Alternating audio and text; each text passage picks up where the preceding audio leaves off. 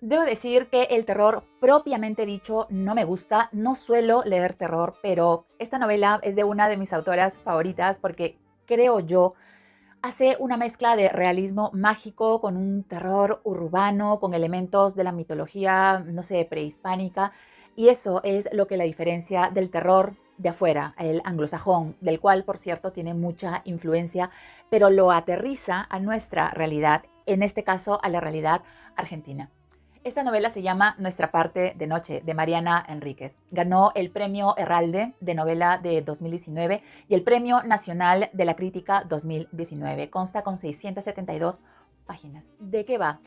La novela empieza mostrándonos a un padre y su hijo que se dirigen a la frontera con Brasil, como huyendo de algo o de alguien.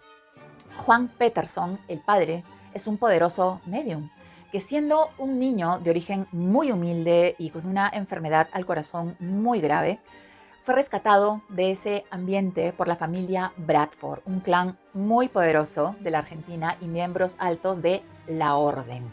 ¿Qué cosa es la Orden? Es un grupo de familias millonarias y muy poderosas que adoraban a la oscuridad. ¿Qué es la oscuridad?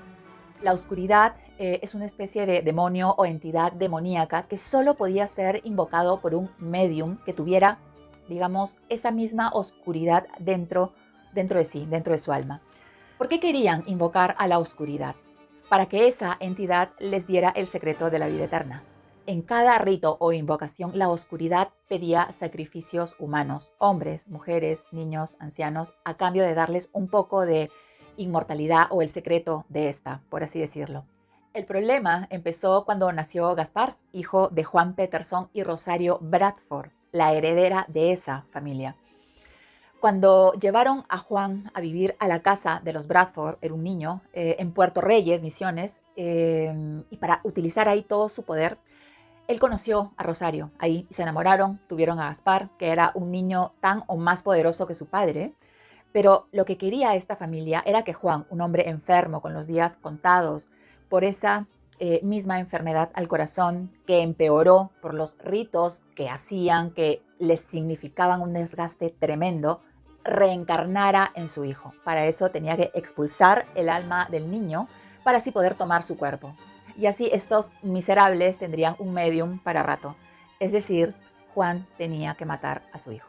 De manera que ese es el punto de inflexión de la novela. Podemos ver que se forman dos bandos. Por un lado tenemos a Juan, Rosario, Tali, la media hermana de Rosario, Luis, el hermano de Juan, y Stephen, hijo mayor de Florence Mathers, la líder de la orden. Y por otro lado tenemos a Mercedes Bradford, una bruja maldita y madre de Rosario, y Florence, que ambas eran poderosísimas. De manera que esta va a ser una lucha contra el tiempo de vida o muerte, contra la maldad en su estado puro para salvar la vida de Gaspar. Y este solo es el comienzo del relato y no puedo revelar más. Este libro está estructurado en 6 capítulos. Empieza en enero de 1981, cuando Juan huye de la orden con Gaspar hacia la frontera del Brasil y cuando la junta militar ya daba sus últimos coletazos de ahogado. Recordemos que la junta inició en 1976 y terminó en diciembre de 1983. Este capítulo está narrado en tercera persona por un narrador omnisciente. En el capítulo siguiente nos trasladaremos a enero de 1983, ¿okay? Donde vamos a conocer la historia de Juan y su descubrimiento como un medium poderoso por parte del doctor Bradford en el año 1957, cuando Juan tenía 5 años. Y vamos a conocer también la naturaleza de los ritos a los que tenía que someterse. Esta narración es en primera persona, narra el doctor Bradford. En el tercer capítulo nos vamos a trasladar a Buenos Aires. Eran los años de 1985 y 1986 y vamos a conocer más a Gaspar y su relación con Adela, con Vicky y con Pablo, sus amiguitos de la infancia. Si han leído Las cosas que perdimos en el fuego, hay un cuento que se llama La casa de Adela y Enríquez mete ese cuento en este relato, lo cual es un gran plus porque a partir de ahí Gaspar estaría obsesionado con Adela. Los motivos de esta obsesión tienen que descubrirlos ustedes mismos. Y es aquí donde hay referencias tremendas y muy conocidas de autores muy renombrados. Por ejemplo, La pandilla de chicos en bicicleta, La casa embrujada que parece respirar y tener vida propia, etc. Esas son las obsesiones de la misma autora con estos genios del terror, ¿verdad? El cuarto capítulo da un salto temporal y nos ubica en el pasado. El periodo entre el año 1960 y 1976 nos presenta la historia de Rosario, la madre de Gaspar, quien nos cuenta la historia de su familia y los orígenes de su fortuna, que sucedió como sucede siempre, ¿verdad? Saqueos, sociedades con los poderosos, entender de qué lado estar durante las guerras y los conflictos y sobre todo la regla de oro, aliarse con políticos poderosos y muy corruptos. Es una parte triste porque podemos ver que Rosario tenía esperanzas de sobrevivir a los designios de su propia familia, pero no iba a ser tan fácil. El quinto capítulo es una genialidad. Se desarrolla en el año 1993, ya terminada la dictadura, donde la sociedad civil dijo ni olvido ni perdón. Es narrado en forma de crónica periodista por una tal Olga Gallardo, una periodista que quiere investigar los crímenes de la Junta Militar, descubriendo fosas comunes y restos humanos, pero que al final se daría cuenta de que esos restos y huesos que encontraron se trataba de algo mucho más espeluznante. Y creo que es el mejor capítulo del libro. Es impresionante. Cuando leí este capítulo yo decía que es esta maravilla que estoy leyendo, en serio estoy leyendo esto, de verdad es de una genialidad inmensa, indescriptible, francamente.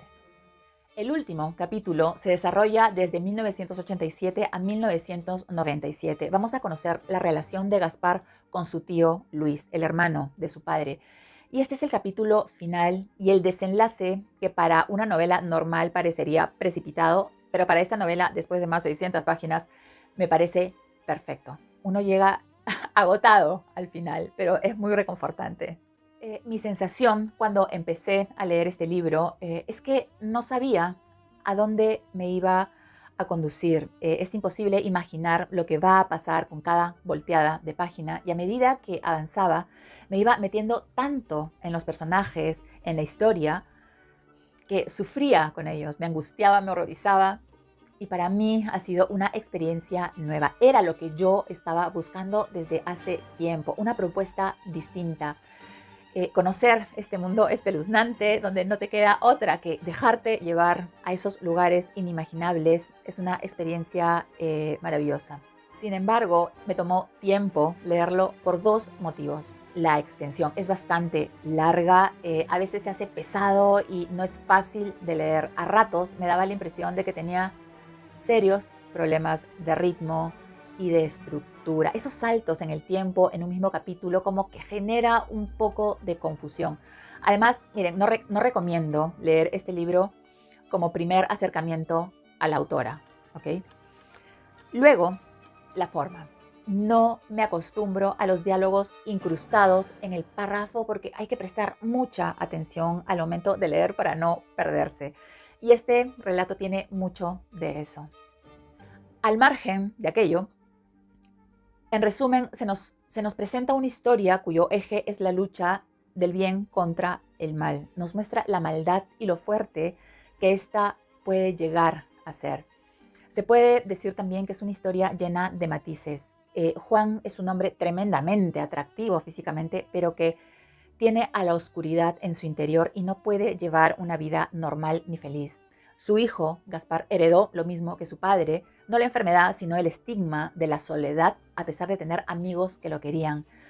Rosario tuvo a Juan y a Gaspar, pero tenía una madre que la odiaba y que iba a ser determinante en su destino.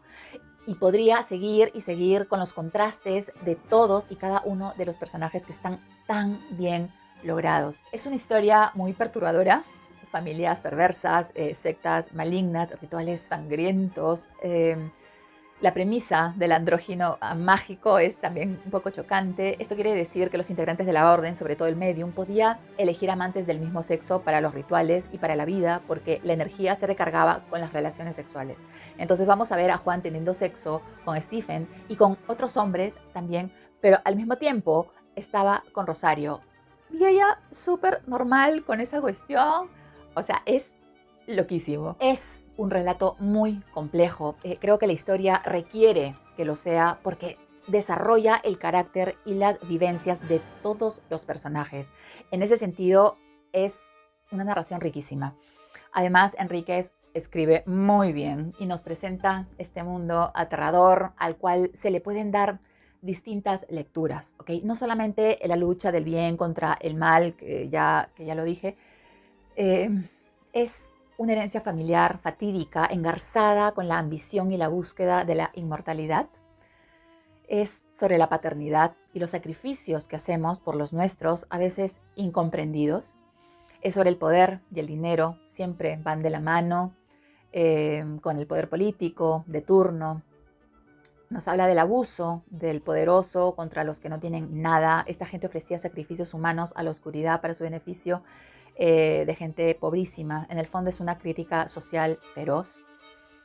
También nos habla sobre la amistad y el amor. Vamos a ver que tanto Juan como Gaspar tienen obsesiones para salvar a alguien que les interesa de verdad y que aman, a salvarlos de la oscuridad, o sea, a Rosario, uno, y a Adela, el otro. Para ello van a llegar hasta el sacrificio personal.